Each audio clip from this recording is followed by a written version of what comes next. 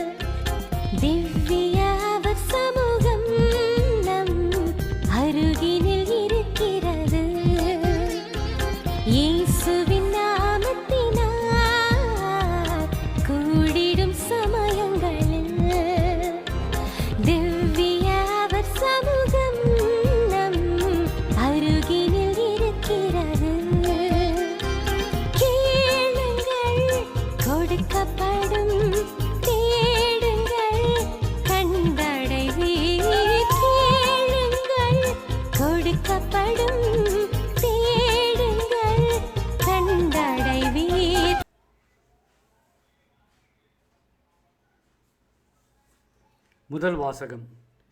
மக்களுக்கு ஓர் உடன்படிக்கையாக உன்னை ஏற்படுத்தினேன். இறைவாக்கினர் ஏசாயா நூலிலிருந்து வாசகம். அதிகாரம் 49 இறைவசனம் 8 முதல் 15 முடிய.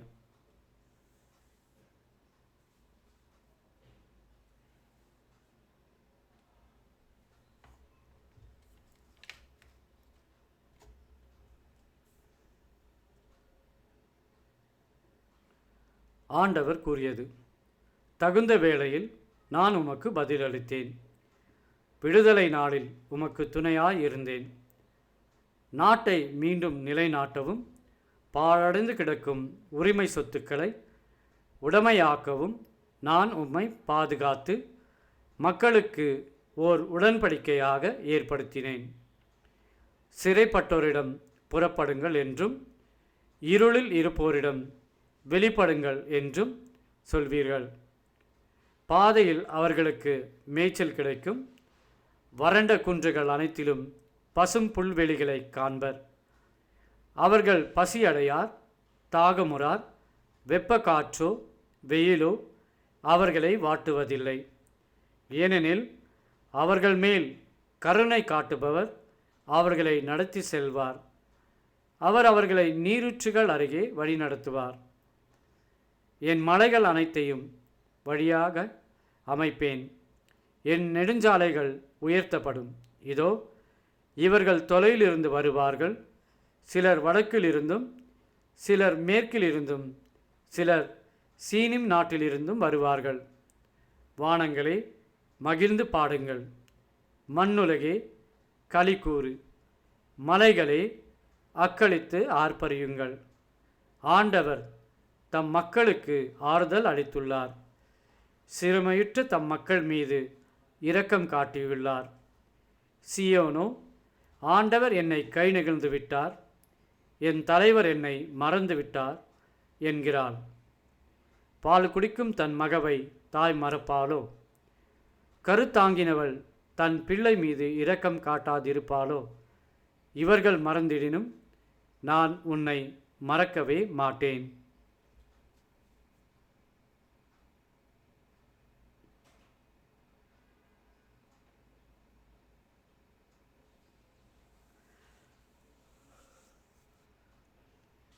ஆண்டவரின் அருள்வாக்கு. இறைவனுக்கு நன்றி.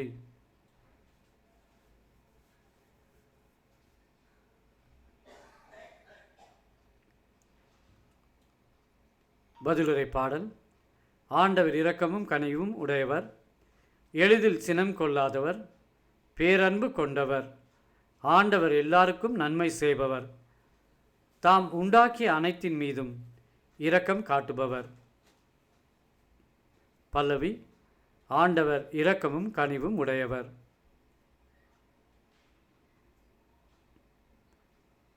ஆண்டவர் தம் வாக்குகள் அனைத்திலும் உண்மையானவர், தம் செயல்கள் அனைத்திலும் தூய்மையானவர்.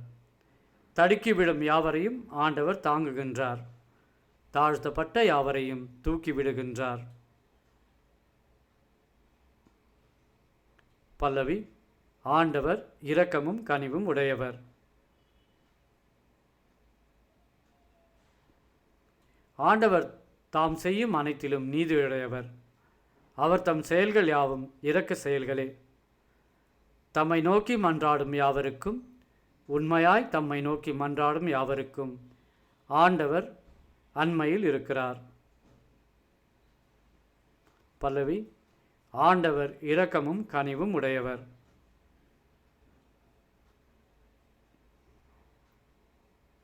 நற்செய்திக்கு முன் வாழ்த்தொலி. யோவான் அதிகாரம் 11 இறைவசனம் 25 மற்றும் 26. உயிர்த்தெழுதலும் வாழ்வும் நானே, என்னிடம் நம்பிக்கை கொள்ளும் எவரும் என்றுமே சாக மாட்டார் என்கிறார் ஆண்டவர்.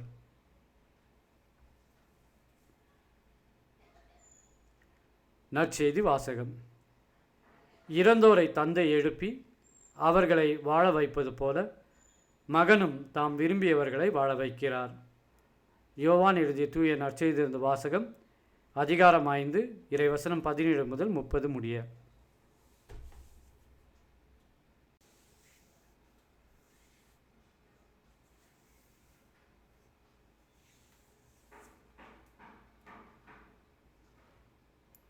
அக்காலத்தில் இயேசு யூதர்களிடம், என் தந்தை இன்றும் செயலாற்றுகிறார், நானும் செயலாற்றுகிறேன் என்றார். இவ்வாறு அவர் ஓய்வு நாள் சட்டத்தை மீறியதோடு நில்லாமல் கடவுளை தம் சொந்த தந்தை என்று கூறி தம்மையே கடவுளுக்கு இணையாக்கியதால் யூதர்கள் அவரை கொல்ல இன்னும் மிகுந்த முயற்சி செய்தார்கள். இயேசு அவர்களை பார்த்து கூறியது, மகன் தாமாக எதையும் செய்ய இயலாது தந்தையிடம் தம் காணும் செயல்களையே செய்ய இயலும். தந்தை செய்பவற்றை மகனும் அவ்வாறே செய்கிறார் என நான் உறுதியாக உங்களுக்கு சொல்கிறேன். தந்தை மகன் மேல் அன்பு கொண்டு தாம் செய்யும் அனைத்தையும் அவருக்கு காட்டுகிறார். இவற்றை விட பெரிய செயல்களையும் அவருக்கு காட்டுவார். நீங்களும் வியப்புறுவீர்கள். தந்தை இறந்தோரை எழுப்பி அவர்களை வாழ வைப்பது போல மகனும் தாம் விரும்பியவர்களை வாழ வைக்கிறார். தந்தை யாருக்கும் தீர்ப்பளிப்பதில்லை. தமக்கு எல்லாரும் மதிப்பு கொடுப்பது போல மகனுக்கும் மதிப்பு கொடுக்க வேண்டுமென தீர்ப்பு அளிக்கும் அதிகாரமும் முழுவதையும் அவர் மகனுக்கு அளித்துள்ளார். மகனை மதியாதவர் அவரை அனுப்பிய தந்தையையும் மதிப்பதில்லை. என் வார்த்தையை கேட்டு என்னை அனுப்பியவரை நம்புவோர் நிலைவாழ்வை கொண்டுள்ளனர். அவர்கள் தண்டனை தீர்ப்புக்கு உள்ளாக மாட்டார்கள். ஏற்கனவே சாவை கடந்து வாழ்வுக்கு வந்துவிட்டார்கள் என உறுதியாக உங்களுக்கு சொல்கிறேன். காலம் வருகிறது, ஏன் வந்தே விட்டது. அப்போது இறைமகனின் குரலை இறந்தோர் கேட்பர். அதை கேட்போர் வாழ்வர் என உறுதியாக உங்களுக்கு சொல்கிறேன். தந்தை தம் வாழ்வின் ஊற்றாய் இருப்பது போல மகனும் வாழ்வின் ஊற்றாய் இருக்குமாறு செய்துள்ளார். அவர் மானிட மகனாய் இருப்பதால் தீர்ப்பு வழங்கும் அதிகாரத்தையும் தந்தை அவருக்கு அளித்துள்ளார். இது பற்றி நீங்கள் வியப்புற வேண்டாம். காலம் வருகிறது, அப்போது கல்லறைகளில் உள்ளோர் அனைவரும் அவரது குரலை கேட்டு வெளியே வருவர். நல்லன செய்தோர் வாழ்வு பெற உயிர்த்தெழுவர், தீயன செய்தோர் தண்டனை தீர்ப்பு பெற உயிர்த்தெழுவர். நானாக எதுவும் செய்ய இயலாது. தந்தை சொற்படியே நான் தீர்ப்பிடுகிறேன். நான் அளிக்கும் தீர்ப்பு நீதியானது, ஏனெனில் என் விருப்பத்தை நாடாமல் என்னை அனுப்பியவரின் விருப்பத்தையே நாடுகிறேன். ஆண்டவரின் அருள்வாக்கு. கிறிஸ்துவே உமக்கு புகழ்.